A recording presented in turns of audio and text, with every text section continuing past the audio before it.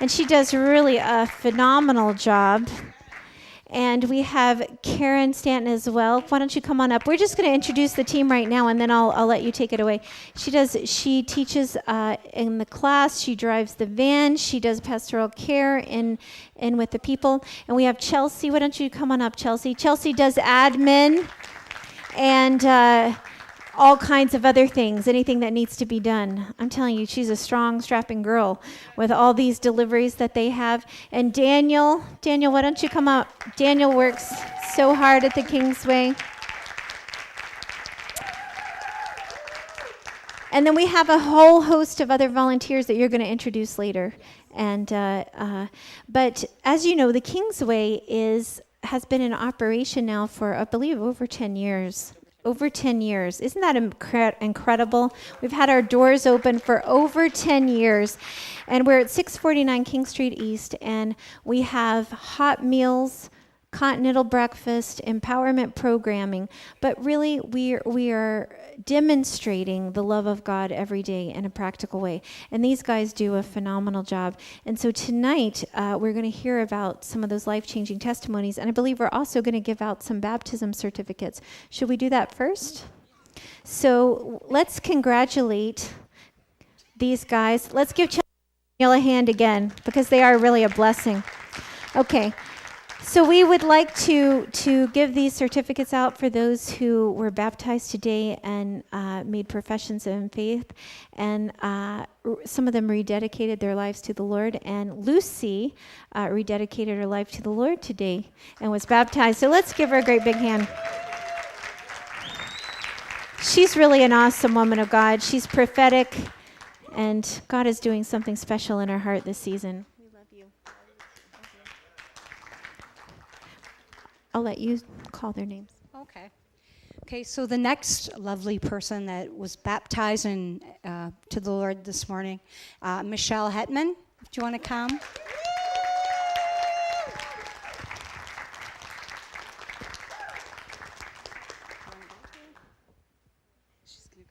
She's going to cry. That's okay. It's all good, Michelle. Toby Lanigan.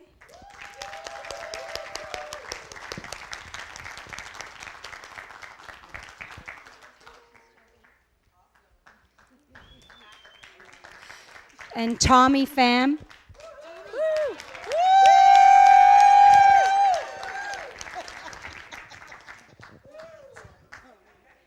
Yay, Tom.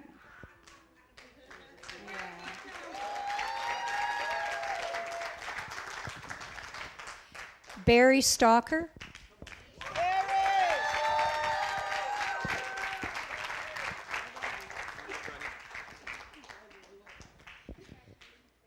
Shasta Ogden.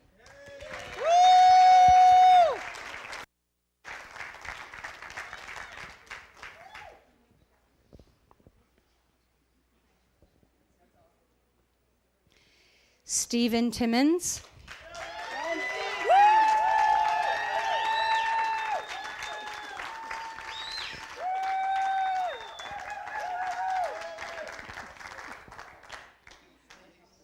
It's a big deal. It really is. And last but not least, Catherine Willis.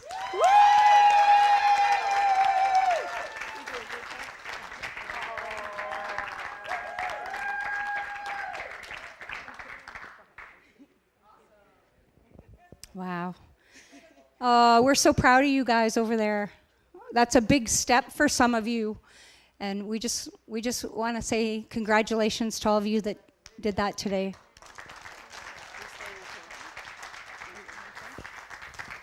So we're going to start out, and we're going to have Antoinette share a little bit about the Kingsway. And I have to say, honestly, Antoinette is an everyday hero. She really is. She is. And she has such an amazing, generous spirit. And she continually gives of her time, her strength, her energy, everything that she has, she gives.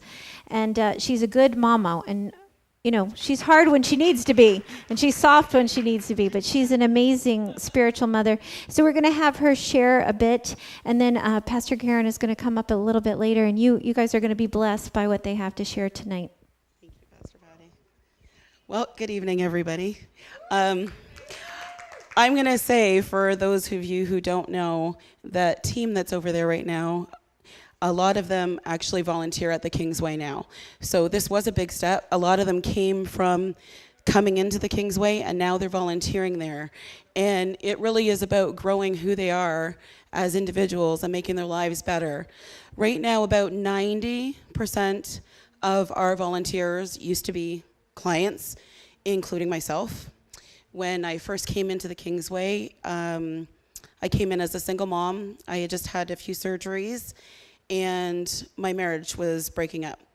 So I was doing it on my own, and one of my really, really good friends had suggested coming to the Kingsway because it was different. I had been to a couple of the other food banks, and honestly, I had worked full-time 25 years of my life, never wanted for anything, and it was a really hard place to break that threshold and walk through those doors and say, I need help. I had 3 wonderful children that were doing really well, and I didn't want them to lose anything for having me not working. So I walked through there. It felt different immediately. It was warm and welcoming, and I really hope that everybody that comes in there still feels the same way. We've tried to make it feel more and more like home as time goes by adding special homey touches, and now I believe most of our clients call it the Kingsway Cafe. We've moved on up. We've painted it. We've got new floors from Home Depot. They just finished a reno in our middle kitchen, so everything looks amazing. Coming into the Kingsway as somebody who needs it is intimidating because we do serve all walks of life there. We serve the homeless. We serve people that are down on their luck for a season. We serve addicts. We serve people that are working the streets. And every single person that walks through that door gets treated the exact same way. We love on them. We support them. People fall back into their addictions. We welcome them back. We've had outbreaks of people with mental health issues where, as Pastor Patty was saying, I may be short, but I'm a little bit tough. They come back, and each time they come back, they let us know how much they appreciate it. This week, I had a gentleman that came up to me, and he's one that I've recurrently had issues with attitudes, and he pulled me to the side, and he said, I just want you to know how much we appreciate you. And I was kind of shocked. I was like, I'm always yelling at you. And he held out his hand and handed me $5. And he said, we appreciate you being tough on us because it means you guys care. You care enough to discipline us, but still welcome us back with love. And that's what the Kingsway is. We will always welcome them back with love because everybody has those slips in life, everybody. And we never pass judgment on anybody that's there. Ever. Over the course of the season that, this past season I will go with, we've seen miracles at the center, many, many miracles, more miracles than you probably could ever shake a stick at, and I'm probably not going to remember them all, but I'll give you just a couple of examples. Our refrigerator broke down, which is a huge thing at the center, because now that we're receiving more food than we've ever received before, we need to have as much refrigeration as we can. The walk-in, but we also had the other little fridge that broke, and everybody was saying, Antoinette, we can get a great deal. I can get you a great deal. I said, no, we're going to get one for free. They're like, but if we don't get one? I said, no, we're going to get one for free. So I just kept saying it, and everybody's like, well, how are you so sure? Because God told me that we would get a fridge for free. We got 2 fridges for free. The next day, we got 2 fridges for free.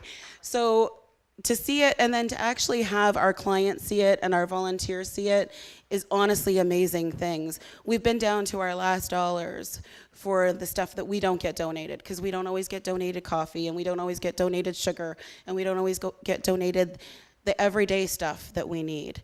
And we've been down to our last dollars and stuck up our hand. I'm like, okay, Eddie, go to the store and get the last of this is what we have, but this is our last $20.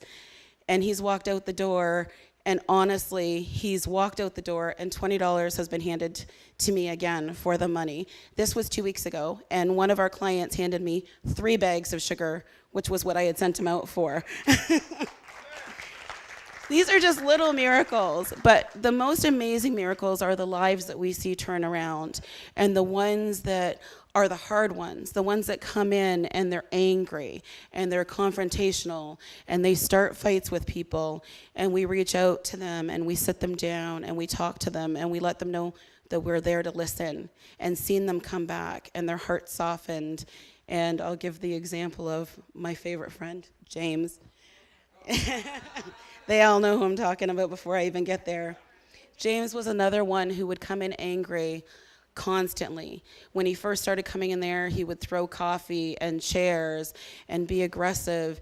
And I think the last incident before I banned him for a little while, he had came at me 3 different times. And everybody that was in the center that day saw the Lord's hand stop him. So he tried coming at me 3 different ways to attack me, and each time he was stopped. And all of the clients that were in there, their mouths just dropped open because they couldn't believe it. First of all, you have to know he's like 6'4" and 270 pounds. Miss Betty knows who I'm speaking about. And I said, okay, you know what? Now you're gone for 6 months. When he came back in, he said, Antoinette, I'm so sorry. Please forgive me. And I said, okay. And he said, okay. And I said, okay. And honestly, he started attending our classes that we have at the Kingsway. Honestly. But that wasn't even the best part. He said, I want to hear God the way you hear God. He goes, can you pray for me to hear God? And I said, James, God's talking to you. You have to open up your ears and listen for his soft voice that's talking to you. But you being here in those classes, that's God's talking to you. That's God talking to you to tell you to sit in here. And to get him to sit still for any length of time was a miracle in itself. Miracle in itself. But he said, thank you for letting me have feelings. Thank you for having emotion.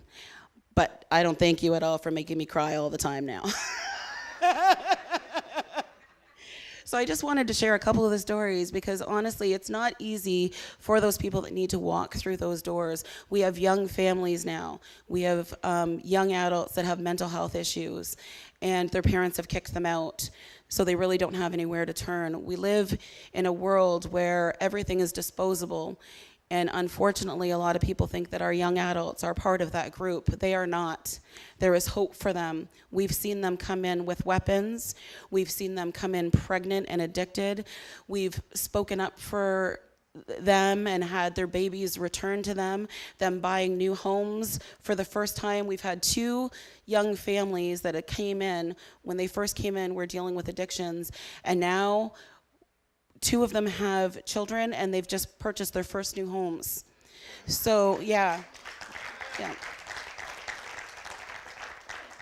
These are the things that we fight for. These are the people that we fight for, and we will continue to fight for, because when you watch the miracles that happen in their lives of people that have not been loved before, who haven't had family there for them before, have not felt that their voice has been heard before, that's what we try to do. It's not easy. It's not easy. Every day there is something that we come against, but the Lord is with us every step of the way, and he has our back. I've heard more than one time. We now have new volunteers that are coming in, which is amazing. We have a new work program where we have people from OW and people that are from ODSP that are now being sent in to learn work skills so that they can go out into the world with work-relatable skills so they can share them and learn, and also learn about the people where they think that they have a hard time.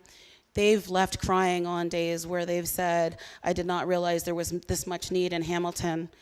We've gone from 120 people when I started doing the operations manager to almost 300 people a day that we now serve. Yeah.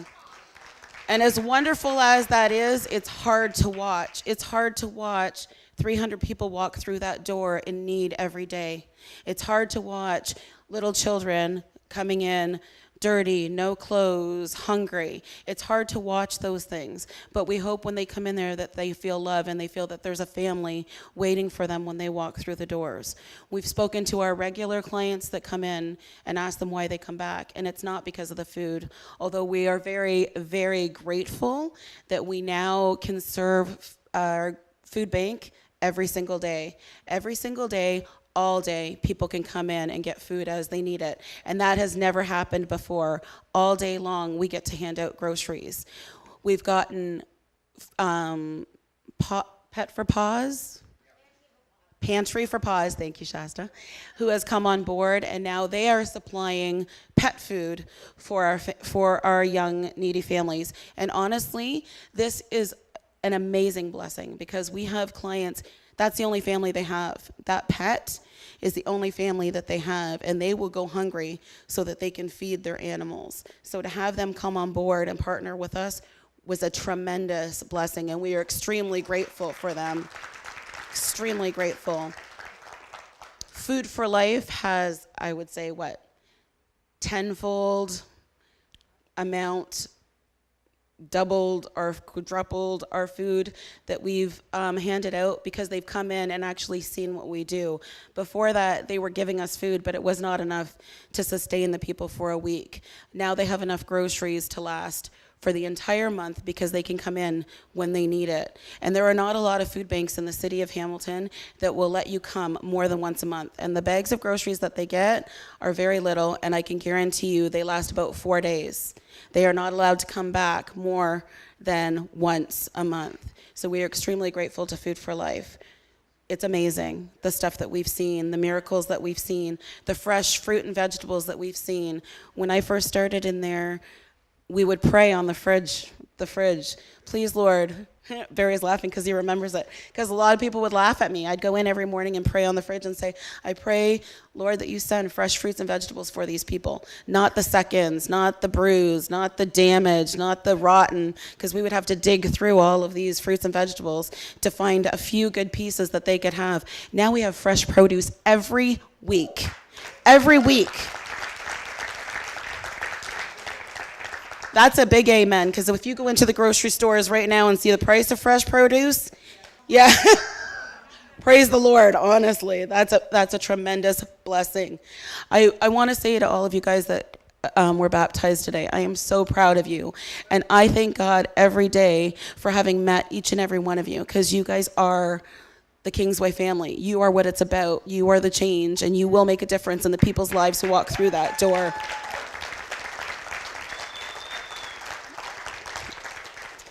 So I'm hoping Catherine's not too emotional because I'm going to ask her to come up and give her testimony right now. Come on, baby.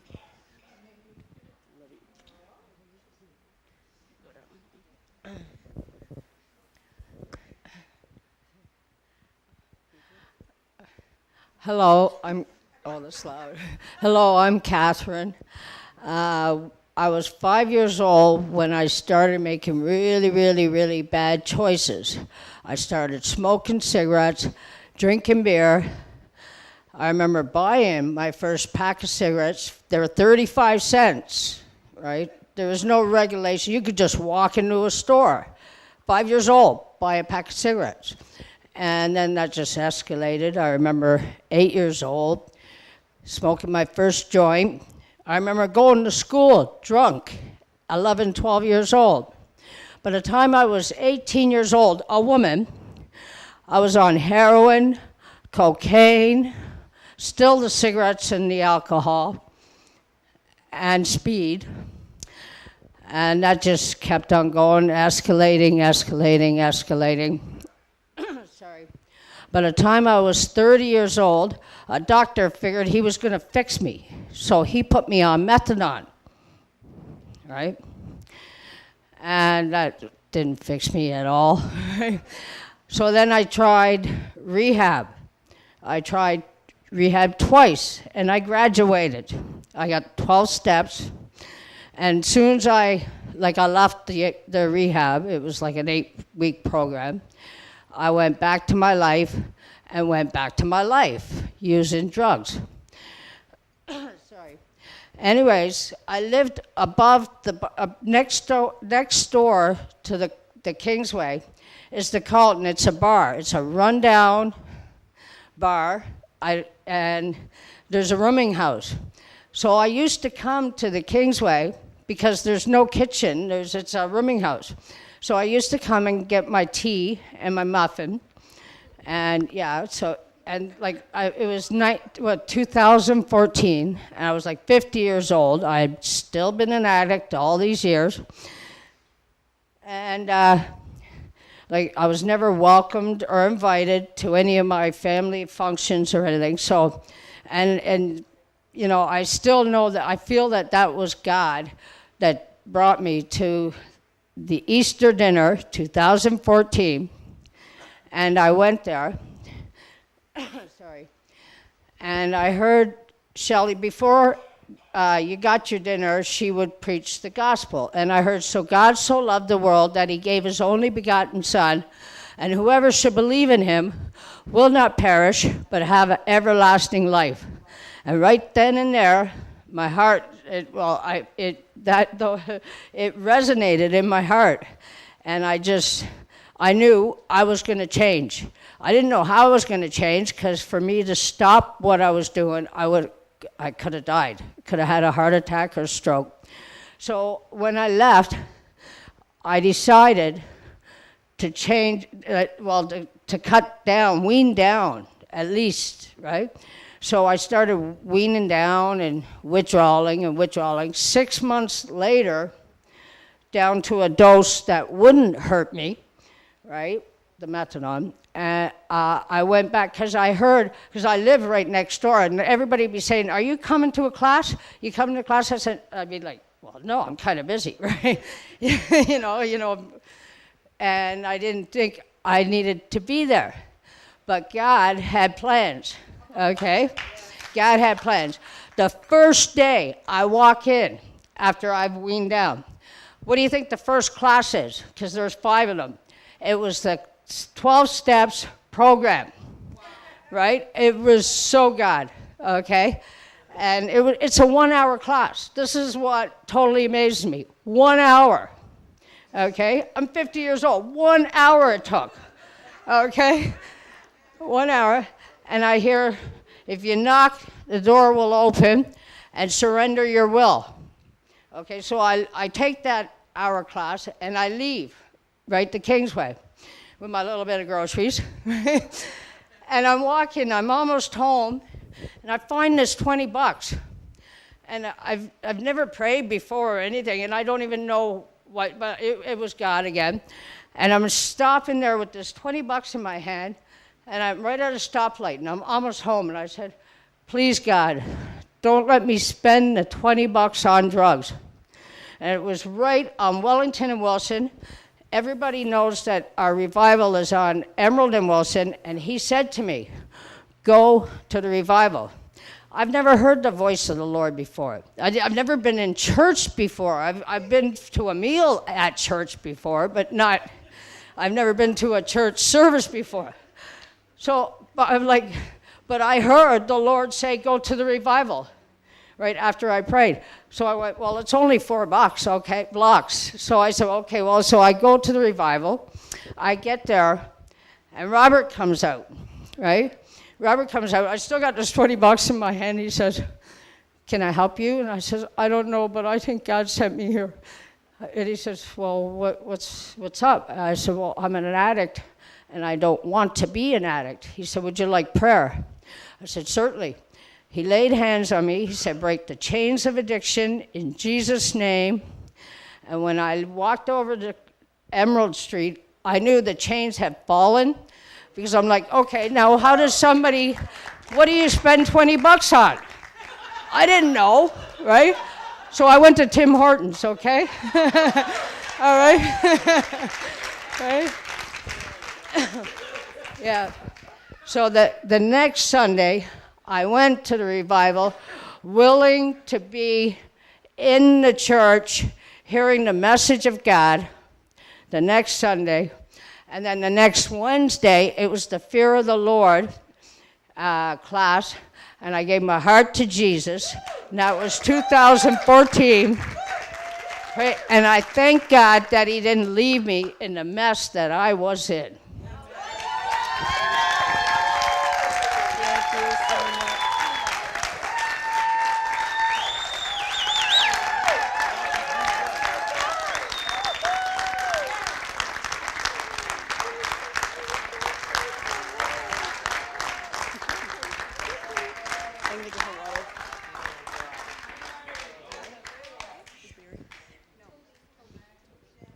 Okay. So for any of you who don't know Catherine, Catherine is amazing. She shows up every single day at the Kingsway to help serve people. She serves our coffee bar. She knows, I don't even know how she does this. She knows every single person's order that comes through that door. If you are new, it takes her one day to know what your coffee order is, and then she has it down pat. She is amazing, totally amazing. Thank you so much, Catherine. So the next person that I want to come up to give their testimony is Toby.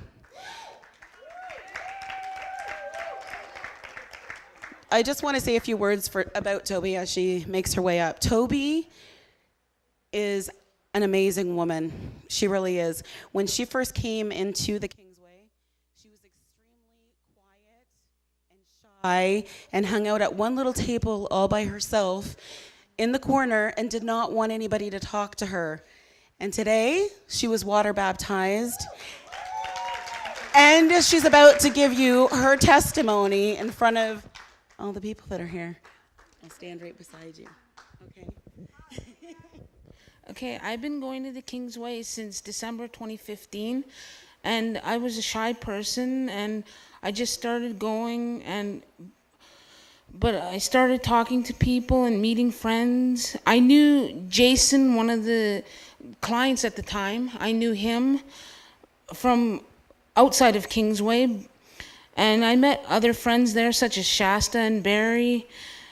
And in March of 2016, I started to attend the Revival Center every now and then. And in 2017, I noticed I had many more friends at the Kingsway, and I was attending classes at the Kingsway. I had not seen my son for about 6 years, and through attending the Revival Center in the Kingsway and giving my life to Jesus, I was able to get a relationship back with him. Yes. We've had a relationship now for a year now. Yes. It was put in my heart a few weeks back just to ask Antoinette to become a volunteer. I noticed how busy it had become at the Kingsway, and I asked to roll the knives and forks so that the person doing that job could be used elsewhere. I have only been a part of the Kingsway staff for 3 weeks, and I'm enjoying being a part of the Kingsway staff. And I want to thank Antoinette for welcoming me to the Kingsway team and the Kingsway family.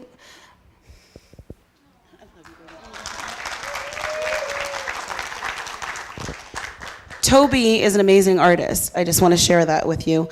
We have art classes at the center, Healing Art, and she has made something to give to Dr. Russ and Pastor Maeve as a token of her appreciation and a thank you card that's signed by all of the people that got water baptized today.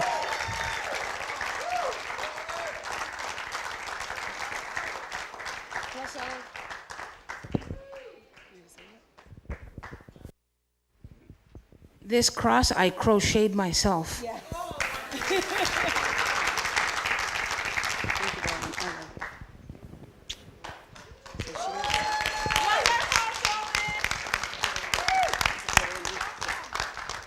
Okay, so I don't know if this next guy needs any introduction or not, because I know most of you already know him. For those who don't know him, we give you warning. So I'd like to introduce Barry. He is one of the hardest working volunteers that we have at the Kingsway.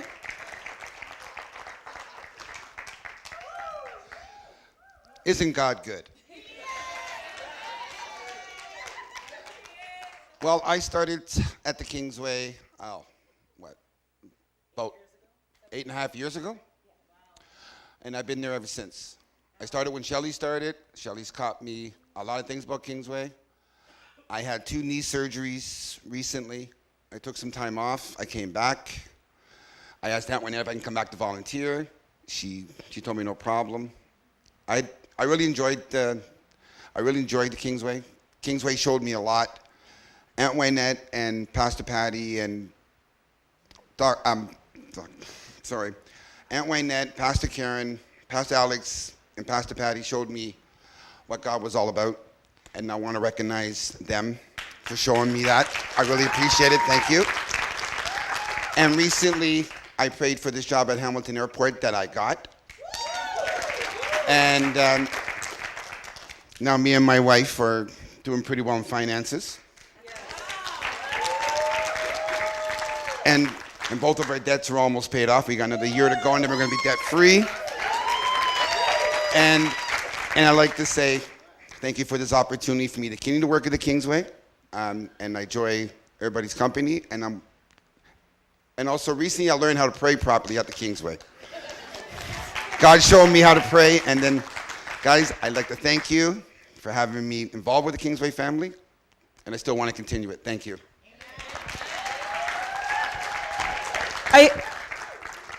I really need to say this first before you go anywhere. Barry did not need to learn how to pray.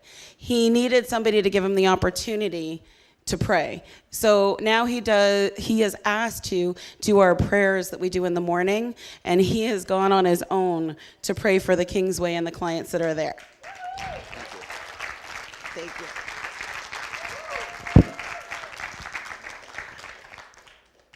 Right now, I'm going to bring up our favorite pastor at the Kingsway, and that's Pastor Karen. She's going to talk about the classes and how people's lives have been changed there because of them. Amen. Thank you, Antoinette. First of all, I just want to share one of the stories that I got to be a part of someone's change, and it actually came through Catherine. She asked me if I could pray for this friend of hers. He had just come in off the street. He was an older gentleman. He was very shaky and kind of weepy and emotional.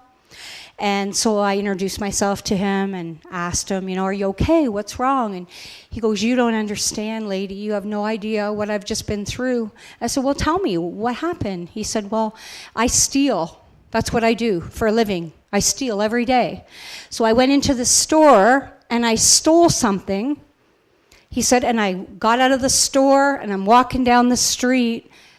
He said, and then this voice says to me, take it back. And he's like, what? He hears it again, take it back.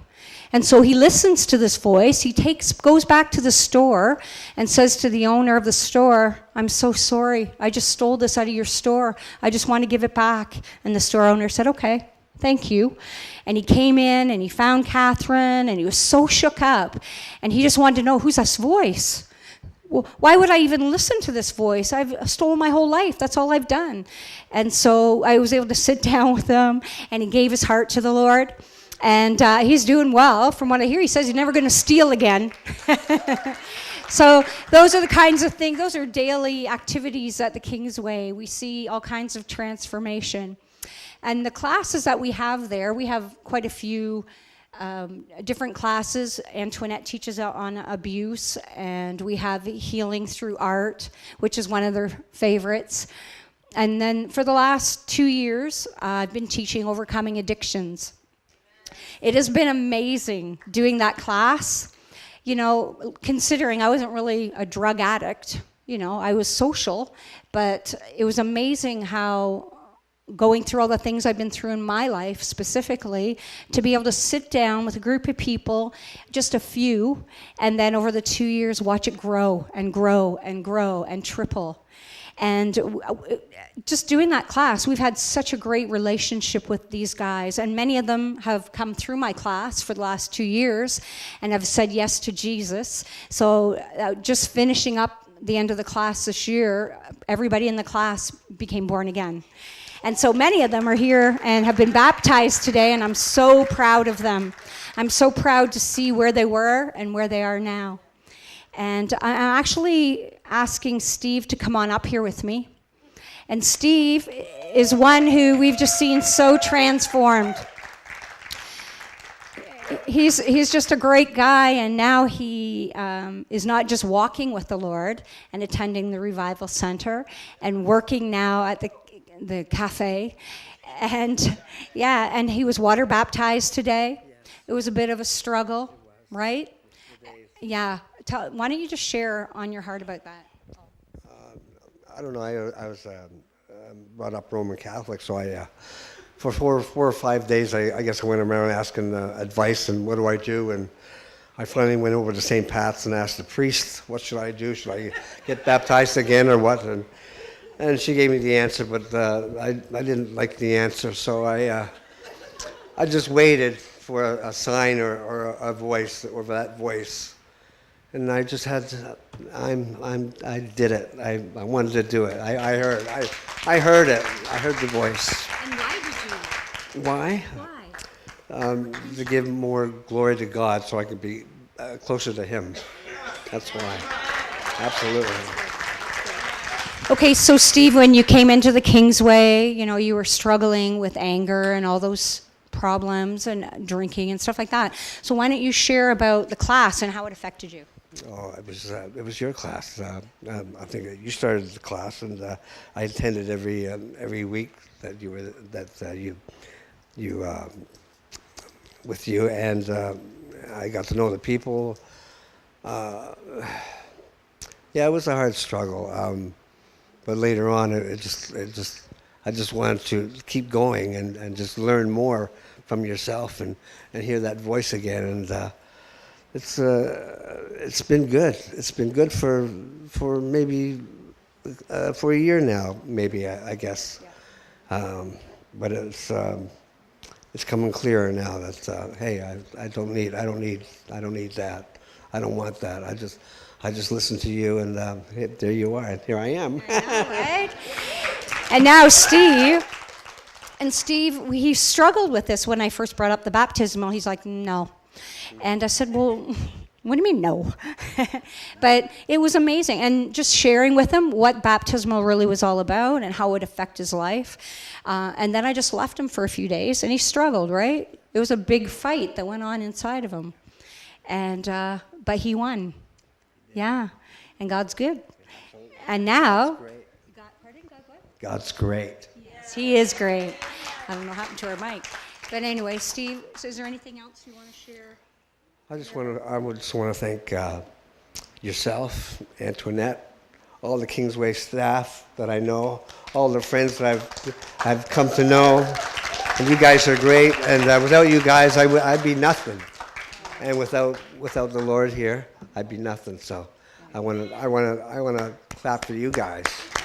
I want to clap for you guys. You guys are great, and so are you. Thank you. Okay. You're a blessing, of course. Thank you, Steve. Thank you. That's awesome. So it's just, we didn't want to have a whole bunch of people coming up and stuff, but Steve, it's just incredible to see where he was and where he is. There's another gentleman that isn't here tonight, but he came in. When I first went to the Kingsway, let me tell you what, I thought, oh my gosh, am I being punished? Did I do something bad? I came from Muskoka, just a little country-styled village with maybe 100 people in it. And I thought I was doing good. I thought, I could talk to people on the street. I led people to the Lord. I'm a great. And then I got sent to the Kingsway.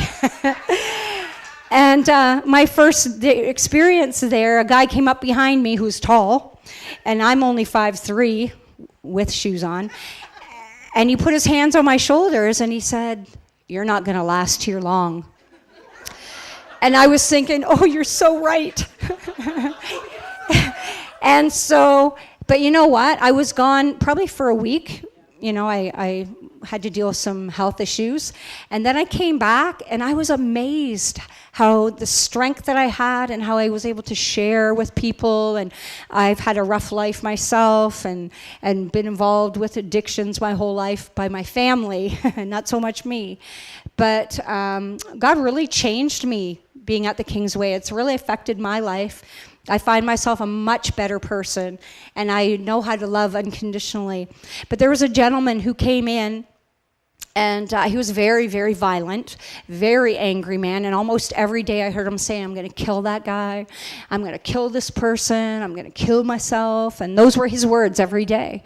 And I just began to love on them, because for me, I like loving on the mean, hard ones, because that tells me they're broken and God's going to fix them. So I actually look for those mean, angry people. And I pulled him into my class, and every day he would just rant, right, guys? And, a lot of people were scared of him. And then I just kept loving on him, speaking truth, and he'd tell me about how he wants to kill this guy, a teacher from public school.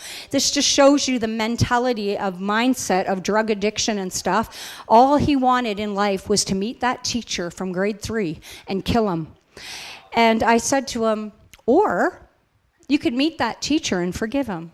Because, really, he doesn't even know why you're angry at him, and he doesn't even know why, this is going on. I said, so all these years you've been hating and wanting to kill, and it's just poison in your body. It's going to make you sick. That's what's happening to your body. You're getting sick. So anyway, long story short, he came to the class every day. Lots of times he'd storm off, tip his chair over, be mad, swear a bit, a lot. And one day he ended up in the hospital. And somebody said to me that he was there at the hospital. And I said, okay, I'm going to go visit. And so I went up to visit him. Steve actually went with me. And so I wasn't alone. And I took chocolate to him, and we sat down, and he was just shocked that we would waste our time on him. And we said, hey, you're my brother. I love you. That's why I'm here. So he was in the hospital. He was very ill. So we prayed for him, and then we went back a few more times and prayed for him again, and we watched God heal him. But the story of this gentleman is just incredible, because he got better and better at his speech. He came back, he wasn't as angry, he was very saying nice things, and then all the ladies there were calling him their big brother. And he'd fall, and he'd have stumbles and, go through stuff. But here's the incredible thing. Just pouring into his life, saying the same things over and over and over to him, loving on him, not judging him, and allowing him to make mistakes, fall down often, but still be there to pick him up and love on him. And this day, he was a very big dude. He was really, really big, very overweight and unhealthy. And he saw when he went into the hospital, wow, she's right. This is poison. I can't do it anymore. I don't want to be like this anymore. And he started asking for forgiveness. He started forgiving people. And the long story short, he is probably maybe Pastor Alex's size now. He has lost so much weight. He attends a gym. He does all these classes, and he's, comes to the Kingsway, and he's happy. Listen, when that guy started smiling, I was just like, what? I've never seen him smile. He is, you have no idea. He is so angry all the time, and he looks like this. He looks like Chelsea on a bad day. But now he's got the biggest smile on his face, kind of like Antoinette, and he walks around and he talks to the clients, and he's loving to people. He kicked out his old roommate, who was a severe drug addict, that he wanted to, his last memory of this guy was, he said, I'm going to kill that guy and then kill myself. That was it. And instead, he kicked the guy out. He got a new guy in who's a Christian, and now they do everything. They pray together, and it's amazing. And that's by choice. That's just pouring in, and that's what we do at the Kingsway. Those classes are so important because we let them love on each other. We love on them, and we teach them morals, and we teach them overcoming their problems and their circumstances. And it's not just a quick fix. We have to walk with these guys, right, every day. All day. We spend all day. They stay there all day with us. And so, to me, the Kingsway is the most incredible outreach. It's a place where you can come in, sit down, have a meal, talk with people, pray for them. To me, it's like Christians everywhere. In Hamilton, outside of Hamilton, come. Because if you had a lunch break and you spent a half an hour there just sitting with people and talking with them and just loving on them, I believe that we could transform that whole place. But listen, when there's just a few of us, there's maybe 10 of us that are there full time, we're just a few, and we can't hit everybody. But if we had more Christians coming in, just spending a little bit of time, and spending time talking to them and things, I guarantee that place will be so transformed. We really want them to know Jesus, and we walk with them. You know, we don't try to fix them because we can't, but he can. And we are just so open to love them unconditionally. Listen, and we're just women. I mean, there's guys there too, but police come in. We talk to the police and they go, okay, so you guys, yes, you, Antoinette, myself. So you ladies have these guys in there, and you're just doing that on your own? Like, you don't have, like, protection, like security? We're like, he's our security. And so they're amazed, because some of these guys they know well, and they just can't believe the transformation that's happening. So we're just going to keep on going, and we're going to keep on transforming, as we say, one life at a time. And we just thank the Lord that he chose us to be a part of this. Now, Chelsea, yes, come on up here, Chelsea. Now, this is one mighty girl. Chelsea and I, we're buddies. We do everything together. We do all the pickups, and from Food for Life and Goodness Me and Good Shepherd. And this girl works harder than any guy. Actually, everywhere we go, they want to hire her. Come on, work here, because she's like a mean machine. And Daniel also. And it's been my pleasure to get to know Chelsea. I love her like she's my own. And I just want Chelsea to share a little bit of her life. You're welcome.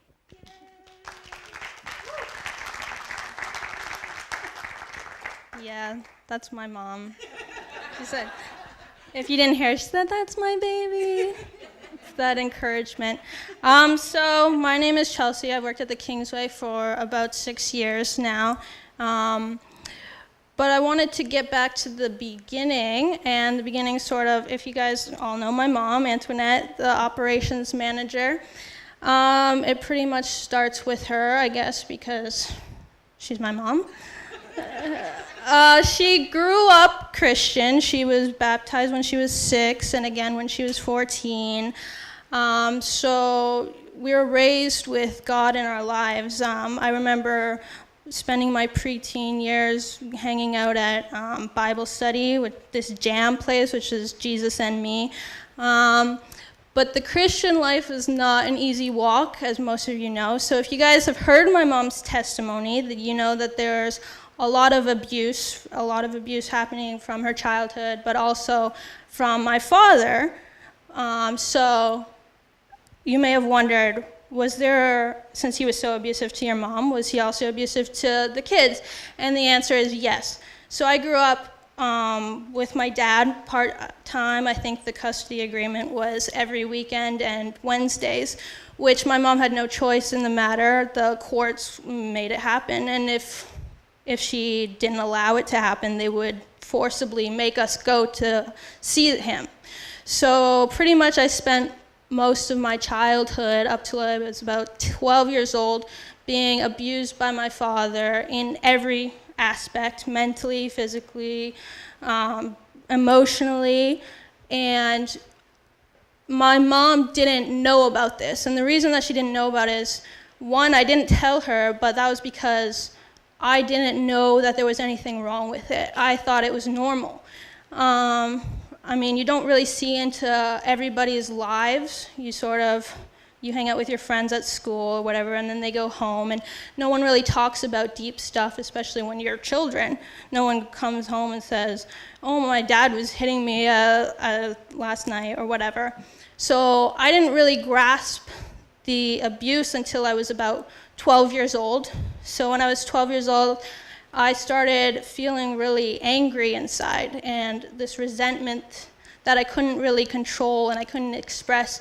And so I started drinking and going to school drunk at 12 years old. I was suspended for about 8 months of my graduating year, and surprisingly, I still managed to graduate and go to honors classes in high school.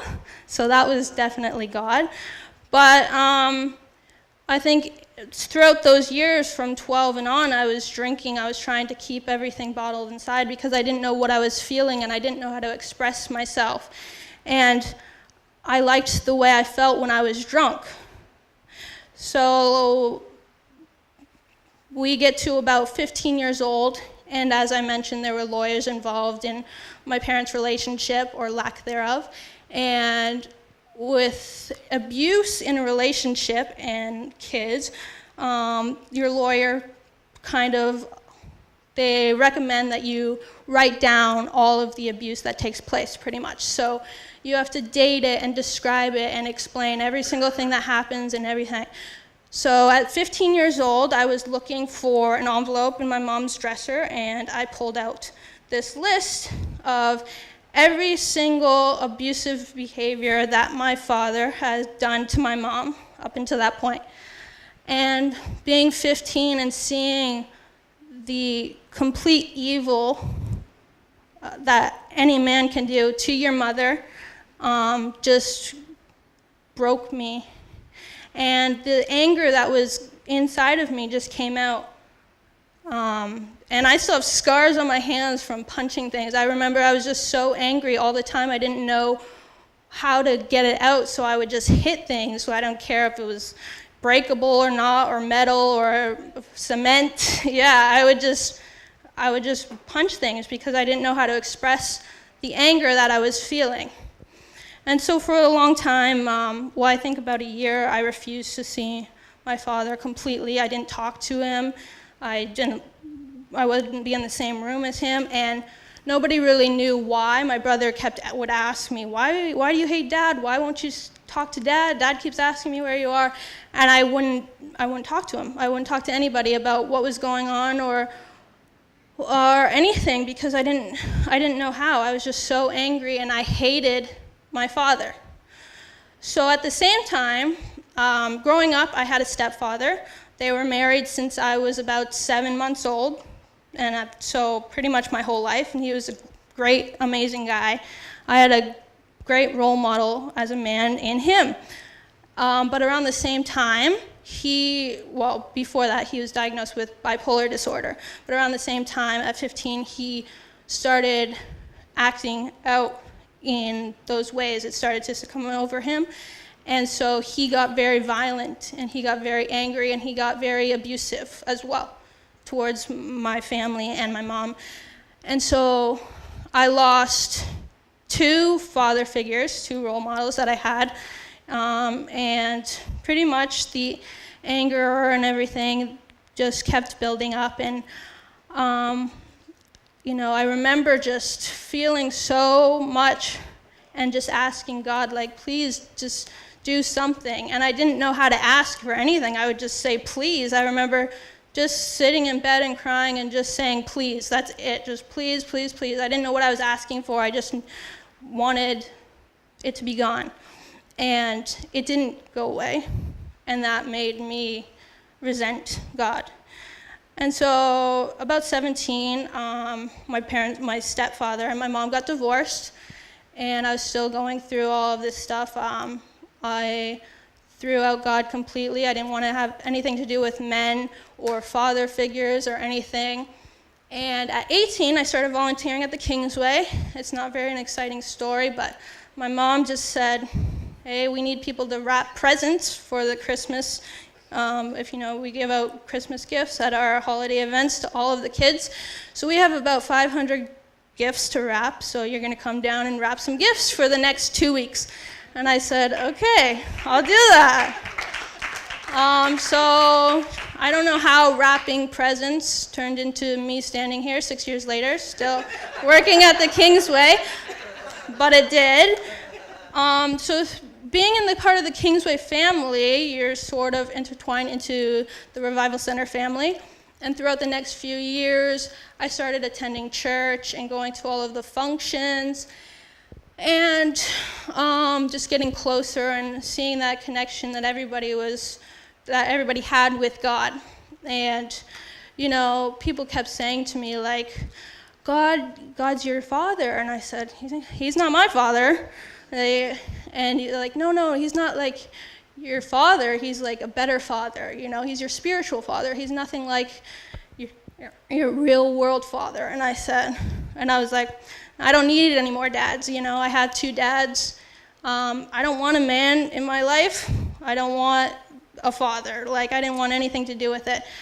And, you know, then I went on to other preachings and whatever, and the topic of forgiveness came up a lot. How to get over your past is forgive the people that hurt you. And unlike my mother, forgiveness is not my strongest suit. People would just say, you know, you have to forgive him. I'm not forgiving him. You know, he didn't apologize to me, and even if he did, I don't know that I would forgive him. I'm going to let him suffer, you know, because he knows what he did to us, and he knows that I hate him, and that's the only good that can come out of this, because I want him to suffer the way he made me suffer, me and my family suffer. So I'm going to just hate him and not forgive him, because he doesn't deserve my forgiveness. He's done nothing to deserve my forgiveness, so why should I forgive him?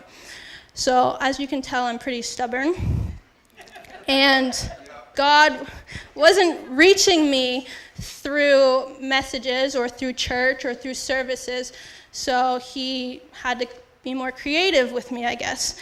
And how he did that was he was pretty creative. And so recently, well, up to that point, I didn't want a father figure. I hated men. I hated guys who walked out on their families or had nothing to do with their kids or were abusive or anything like that. And so God sent me a man who hadn't had contact with his kids in quite a few years, and not only that, but blamed his kids for the lack of contact, for not having them in their life. He blamed them. And so it was really weird to me, because I respected this man. We became friends. He was a client for many years and turned into a volunteer. And we were good friends. You know, we talked about a lot of things. And seeing this side of him, it drew me to talk about it, you know, to try and fix that. And so it took a couple months, but we connected a lot, and, you know, I just tried to show him my side of things as his kids, you know, take the place of his children and what they would be feeling like without a father, and having a father not contact them. And, well, like, he wasn't abusive like my dad, but same. And so eventually they got in contact with him, and they started forgiving him, and they're on their way to making great progress and mending their relationship back together, which was awesome. It was so amazing for me to see. But then I was like, well, if I'm encouraging other kids to forgive their father who walked out on them and haven't talked to them for however many years, why can't I do the same? And how is it right for me to sit there and be hypocritical and try to get these other kids to forgive their father if I can't forgive mine? And so I also learned from this man that though their aspects weren't the same, as he wasn't abusive, there's a different side of things, that these fathers have a different side and a different view on the things that they do.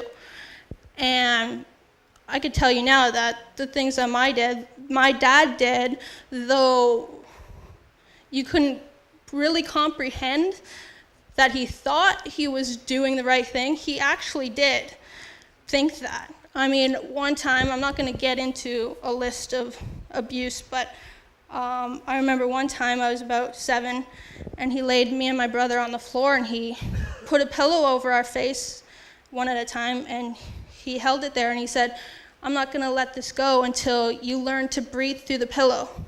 And so I was suffocating and screaming and crying and blah, blah, blah. And he didn't let it go. And eventually I breathed through the pillow and he let me go. And he said, there, I just protected you. So now if anyone ever breaks in and tries to suffocate you in your sleep, you'll be fine. And so far he's the only one that's ever done that, but you never know. So what I'm saying is that no matter how crazy the abuse is, there's some part, not always, but with my dad's case, that he thought he was doing what was right. And he thought, well, he was trying his best.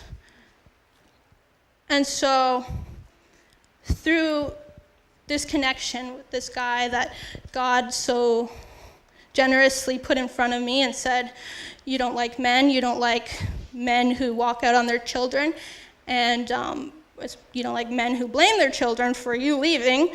Here is this guy, and you're going to connect. And through that, I was able to learn to forgive my dad.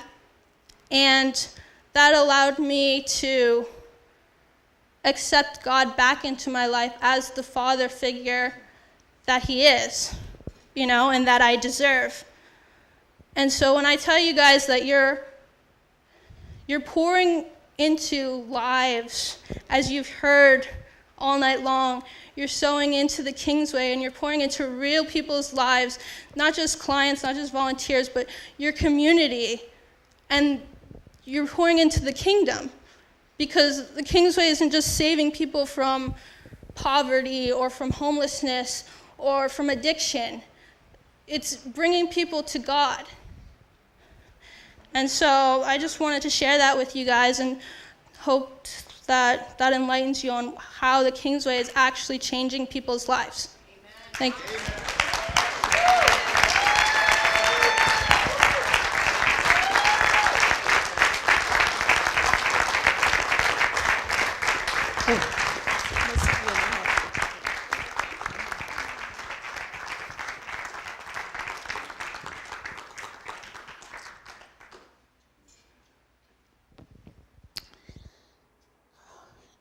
I can't really say a lot after that.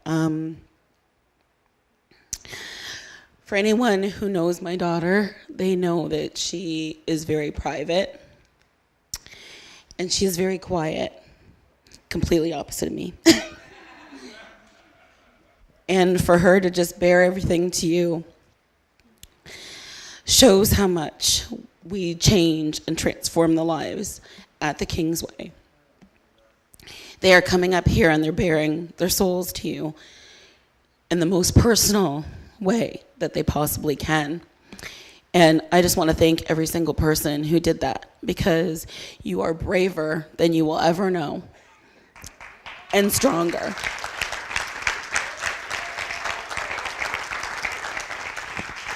And Pastor Patty, I don't think I can talk anymore, so I am.